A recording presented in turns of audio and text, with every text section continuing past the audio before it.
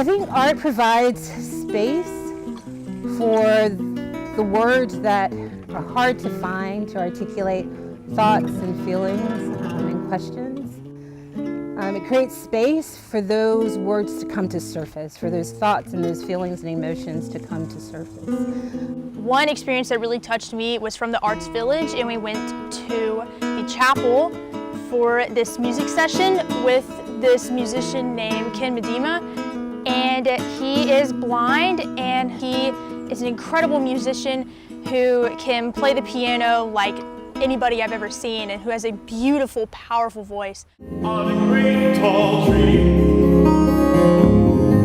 stretched way out, I'd be beautiful and big. One of the experiences that we had is that we had to tell our life story and how we got to this place. Having our own song being created by Ken, we just opened up and poured out our testimonies, our life stories, our struggles, our trials and tribulations, and it really made us all closer, and it really showed us how all of us had started from a low place and was able to get past it and lift up into this new light.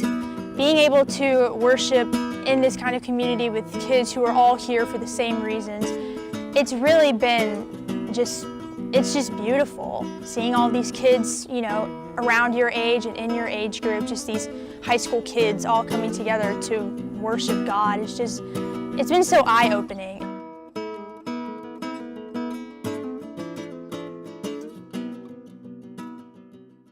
To comfort all who mourn, and provide for those who grieve in Zion, to bestow on them a crown of beauty instead of ashes.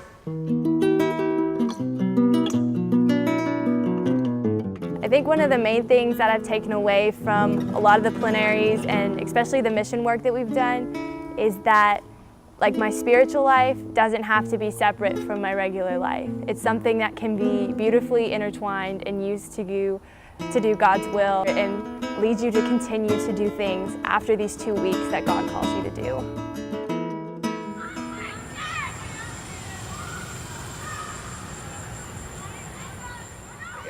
Right. Certain things the Catholic Church. That's why it's called Protestant? Protestant.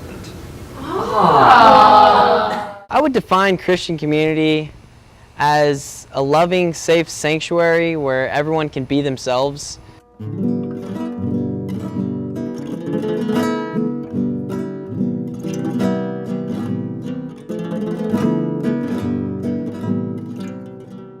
Being in this community with all these different people has really shaped me and really opened my eyes wider. I met someone kind of that grew up in a way different way that I did, and her name's Anne.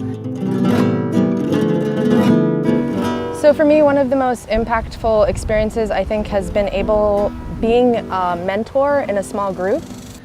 She grew up all around the world. Yes, she was born in Chicago, but she spent time in India, time in Pennsylvania, time in England, time in Australia. I, in every fiber of my being, believe that each person has a giftedness and a richness in their experience.